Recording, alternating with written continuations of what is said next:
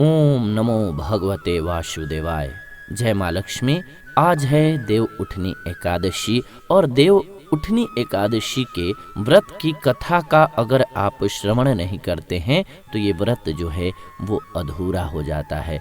देव उठनी एकादशी व्रत की कथा पूरी श्रद्धा के साथ, मन के साथ श्रवण करना चाहिए। अब संध्या का समय है। इस समय जो लोग भी कथा का श्रवण करते हैं देव उठनी एकादशी के दिन, उनके जीवन में कभी भी धन धान्य की कमी नहीं होती है, क्योंकि भगवान विष्णु की अर्धांगिनी है माता लक्ष्मी। और आज ही के दिन भगवान विष्णु जो है वो योग निद्रा से उठते हैं, जग जाते हैं और लोगों को, अपने भक्तों को आशीर्वाद देते हैं, जीवन में खुशियां लाते हैं। जिन पर भगवान विष्णु की कृपा हो जाती है उन पर माँ लक्ष्मी की कृपा स्वतः ही हो जाती है। माता लक्ष्मी उनकी अर्धांगिनी है। तो आज के दिन प्रेम से सुनते हैं देव उठनी एकादशी व्रत की कथा। आज है 23 तारीख और हर साल जो है कार्तिक महीने के शुक्ल पक्ष की जो एकादशी आती है, इस दिन को देव उठनी एकादशी कहते हैं। आज आप सभी व्रत होंगे। अगर आप सभी व्रत किए हुए हैं तो कमेंट में लिख दीजिए ओम नमो भगवते वासुदेवाय। इतना नहीं लिख सकते हैं तो लिखिए विष्णु भगवान की जय। आज भगवान विष्णु का दिन है। और अगर आप सभी हिंदू देवी देवताओं को पसंद करते हैं, अगर आप सनातन धर्म को पसंद करते हैं तो लिखिए प्रेम से कमेंट में जय श्री राम।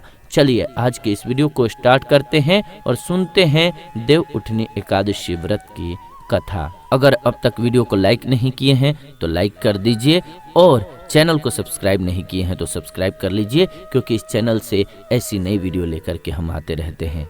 आप देख रहे हैं जीवन रक्षा चैनल। आइए श्रवण करते हैं देव उठनी एकादशी व्रत की कथा। एक राज्य में सभी लोग देव उठनी एकादशी का व्रत रखते थे।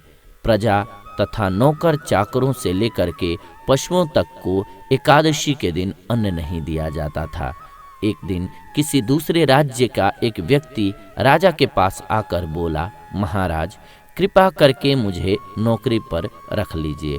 तब राजा ने उसके सामने एक शर्त रखी कि ठीक है रख लेते हैं, किंतु रोज तो तुम्हें खाने को सब कुछ मिलेगा, पर एकादशी को अन्न नहीं मिलेगा। उस व्यक्ति ने उस समय हाँ कर ली। पर एकादशी के दिन जब उसे फलाहार का सामान दिया गया तो वो राजा के सामने जाकर के गिड़गिड़ाने लगा, महाराज इससे मेरा पेट नहीं भरेगा, मैं भूखा ही मर जाऊंगा, मुझे अन्न दे दीजिए। राजा ने उसे शर्त की याद दिलाई, पर वो अन्न छोड़ने को राजी नहीं हुआ। तब राजा ने उसे आटा, दाल, चावल ये सभी दे दिया और नित्य की तरह नदी पर पहुंच करके वो स्नान करके भोजन पकाने लगा। जब भोजन बन गया तो वो भगवान को बुलाने लगा, आओ भगवान, आओ भगवान, भोजन तैयार है। उसके बुलाने पर पीताम्बर धारण किए हुए भगवान चतुर्भुज रूप में आ पहुँचे और प्रेम से उसके साथ भोजन करने लगे। भोजन करके भगवान अंतर ध्यान हो गए और वो अपने काम पर चला गया। 15 दिन बाद अगली एकादशी को वो राजा से कहने लगा कि महाराज मुझे दुगना सामान दीजिए। उस दिन तो मैं भूखा ही रह गया।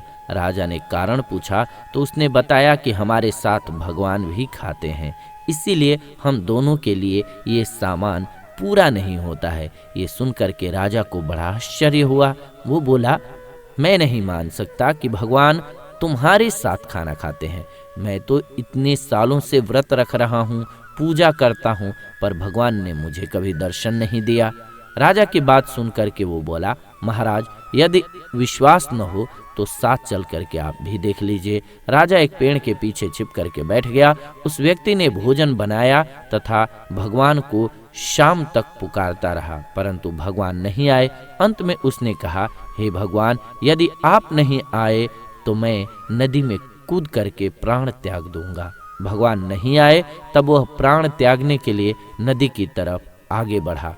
प्राण त्यागने का उसका दृढ़ निश्चय, इतना इरादा प्रखर था कि जान करके शीघ्र ही भगवान ने प्रकट होकर के उसे रोक लिया और साथ बैठ करके भोजन करने लगे।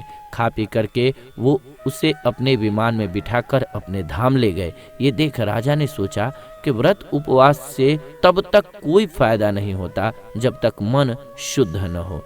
इससे राजा को ज्ञान मिला, वो भी मन से व्रत उपवास करने लगे और अंत में स्वर्ग को प्राप्त हुए। यानी कि कोई भी व्रत जो है वो जब पूरे मन के साथ किया जाता है, आप व्रत और त्योहार तो करते हैं लेकिन उसमें आपका मन नहीं लगता है, आपका विश्वास पक्का नहीं है, आपने पूर्ण मन से नहीं किया है, अधूरे मन से किया है, तो उसका फल नहीं मिलता है। इसीलिए कोई भी व्रत या त्योहार करना चाहिए तो उसको पूर्ण मन के साथ करना चाहिए।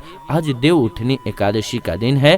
भगवान विष्णु आज के दिन ही योग निद्रा से जगते हैं और इसके बाद अपने भक्तों का कल्याण करते हैं। एक बार प्रेम से बोलिए, भक्त वत्सल भगवान की जय, विष्णु भगवान की जय, जय माता लक्ष्मी। और आज के दिन ओम नमो भगवते वासुदेवाय इस मंत्र का जाप कीजिए, मन में बार बार इस मंत्र का जाप कीजिए। आपके जीवन में खुशियाँ आएंगी, आपकी परेशानियाँ दूर हो जाएंगी और जो भी आपके मन की पीड़ा है, इस कथा को श्रवण करने के बाद आप ओम नमो भगवते वासुदेवाय इस मंत्र को सुनने के बाद या फिर मन से बोलने के बाद क्या कीजिए, भगवान से अपनी जो भी परेशानी है या जो इच्छा है बोल दीजिए श्री हरि से। वो आपकी परेशानियों को दूर कर देंगे और आपके मन की सभी बातों को समझते हुए वो आपकी दिक्कतों को दूर कर देंगे। चलिए, आप सभी ने आज ये कथा श्रवण किया देवउठनी एकादशी व्रत का।